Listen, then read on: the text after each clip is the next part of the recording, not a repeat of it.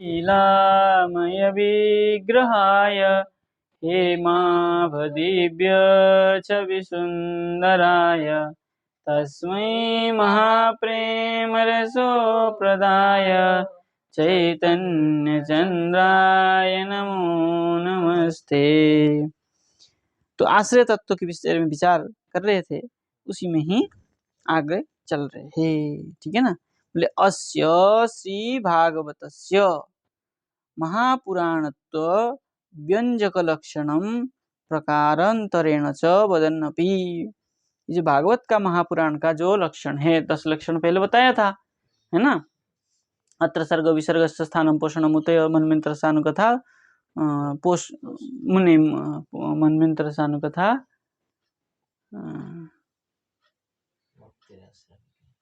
मन्वंतर सानुकथा आभास मुक्तिराश्रय। ठीक है ना। तो उसी को ही कह रहे हैं। निरोधो मुक्तिराश्रय। हाँ, आभास कह रहा, निरोधो मुक्तिराश्रय। ठीक है। अब कह रहे हैं ये जो भागवत है उसका महापुराणत्व, इसको महापुराण क्यों कहा, उसके लक्षण को व्यंजीकरणम व्यक्त करने के लिए प्रकारांतर से बता रहे। पहले भी बताया कि सामान्य पुराण में 5 लक्षण होता है और महापुराण में 10 लक्षण होता है, तो और भी दूसरे उससे बता रहे। ठीक है ना। क्या बता रहे हैं, 2 श्लोक से बता रहे हैं।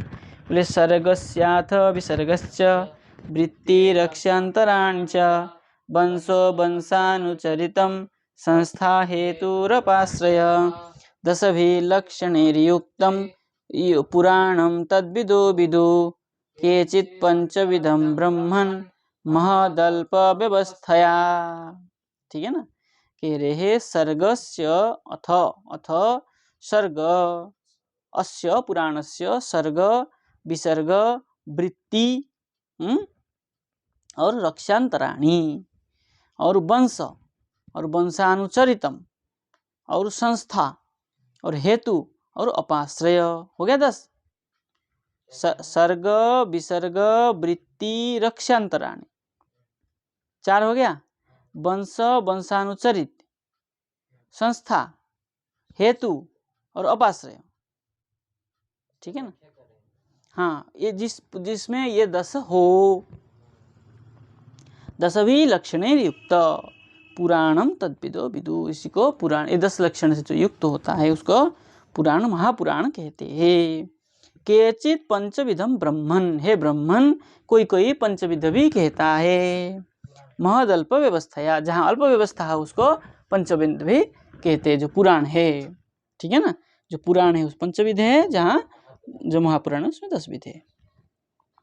बोले अंतराणी रक्षांतराणी कह रहा था ना। रक्षा हो गया अंतराणी, अंतराणी मतलब मनमंतराणी। ठीक है ना। मनमंत्र भी 5 है। बोले सर्गश्च प्रतिसर्गश्च वंश मन्वंतराणि च वंशानुचरितं चेति पुराणं पंचलक्षणम। जो 5 प्रकार जो मानते हैं वो क्या क्या होता है।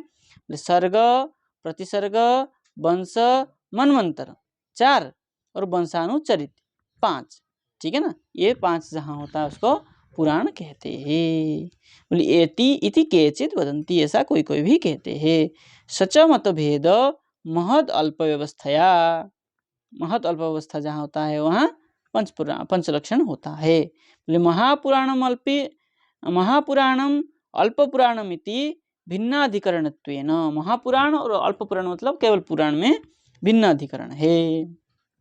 यद्यपि विष्णु पुराणदोपि 10 तानि लक्ष्यन्ते। विष्णु पुराण छोटा होने पर भी वहाँ 10 लक्षण दिखता है। तथापि पंचनामेव प्राधान्येन उक्तत्वात् अल्पत्वम, लेकिन वो 5 का ही प्राधान्य होने से उसको भी अल्पत्व मान लेते हैं, मतलब पुराण ही मानते, महापुराण नहीं मानते हैं। अत्र 10 अर्थानां स्कंदेषु यथाक्रमं प्रवेश न विवेक्षित। ये जो 10 अर्थ बताया है, 10 अर्थानां 10 का जो अर्थ है विषय है, क्रमे स्कंदेषु यथाक्रमं प्रवेश, स्कंदों में यथाक्रम से प्रवेश नहीं होता है, न विवक्षित। तेषां 12 संख्यात्वात्। क्यों ऐसा नहीं है। 12 संख्या होने से। भाई आप लक्षण 10 बता रहे और वहाँ स्कंद 12 है, तो आपको क्रम से कैसे मिलेगा। आगे पीछे होता ही है।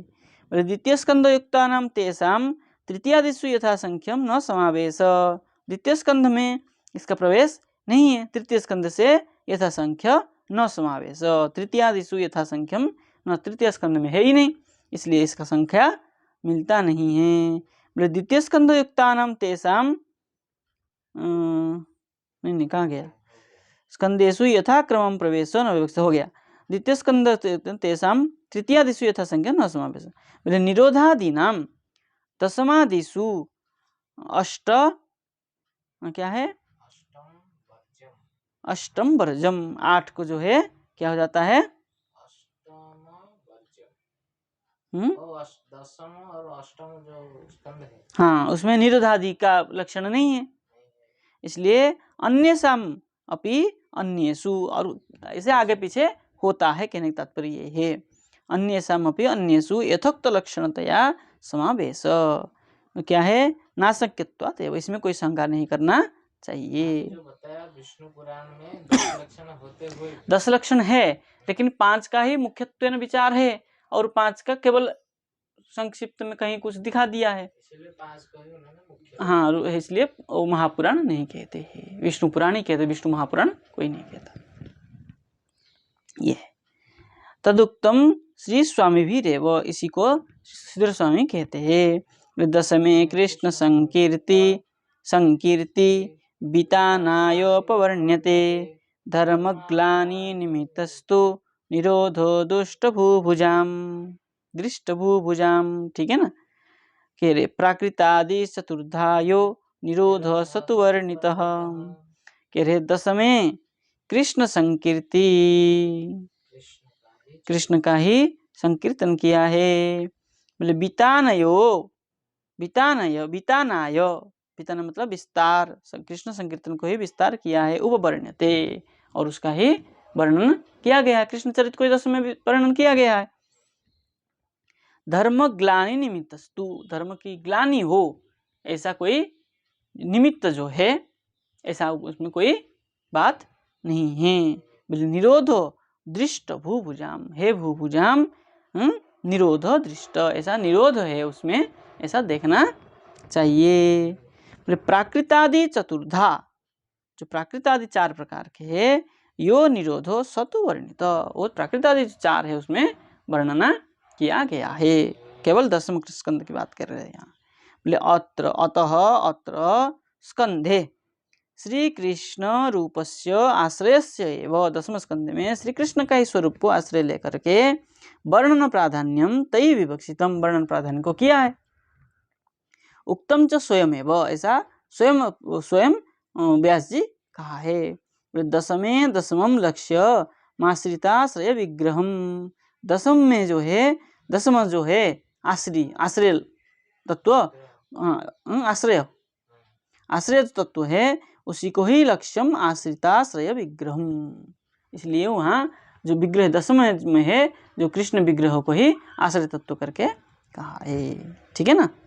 इति बोले एवं अन्यत्रापि उन्नयम, ऐसा अन्यत्र भी उठाया है, कहा है।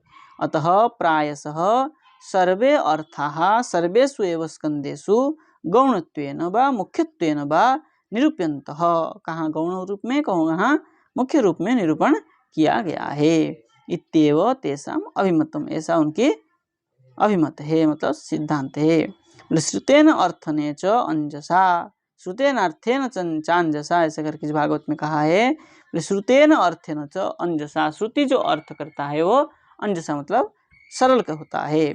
इत्यत्र च तथैव प्रतिपन्नम, यहाँ पर उसी प्रकार ही प्रतिपन्न मतलब लिखा गया है। सर्वत्र तत् संभवात, सर्वत्र जो है पुराण में आपको निकालना पड़ेगा, है संभव है ना, तो आपको निकालना पड़ेगा। ततश्च प्रथम द्वितीयोरपि महापुराणतायाम प्रवेश स्यात्, प्रथम और द्वितीय जो है सर्ग और प्रतिसर्ग जो है ये महापुराण के में ही होता है। तस्मात् क्रमो न गृहीत, उसके बाद में कोई क्रम नहीं होता है, सर्ग प्रतिसर्ग पहले में ही हो जाना चाहिए, उसके बाद में क्रम का कोई आवश्यकता नहीं है। अस्यति प्रकारांतरेण क्वचित नामांतरत्वात् अर्थांतरत्वात् च इत्यर्थ। प्रकारांतर से नामांतर अथवा प्रकारांतर से कहा गया है। दस पुराण का 10 लक्षण। एतानि 10 लक्षणानि केचित तृतीयादिषु क्रमेण स्थूलधियो योजयन्ति। कोई कोई तृतीय स्कंद से ले लेते हैं, प्रथम द्वितीय को छोड़ देते हैं, तो 10 लक्षण हो जाता है। बोले तान निराकुर्वन आह, इसलिए वहां उसी बात को निराकरण करने के लिए कहा है। बोले द्वितीय स्कंधान उक्ता नीति, द्वितीय स्कंद में ऐसा कहा गया है ना, मतलब द्वितीय स्कंद को छोड़ा नहीं है। बोले अष्टादश सहस्रस्त्रित्वम, सहस्रित्वम जो 18,000, द्वादश स्कंधित्वम 12 स्कंध हो, च भागवत लक्षणम व्याकुप्य। तो अगर ऐसा कहेंगे तो भागवत लक्षण को व्याकुप होगा। भाई प्रथम द्वितीय को छोड़ करके आगे का हम कहा, तब तो फिर क्या होगा, द्वादश स्कंद का तो बैठेगा नहीं।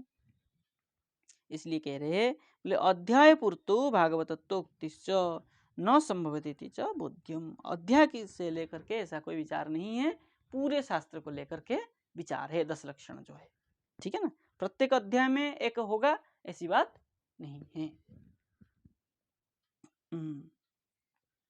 बोले सुक भाषितम च इदम भागवतम, सुक जी के द्वारा ये भागवत कही गई है।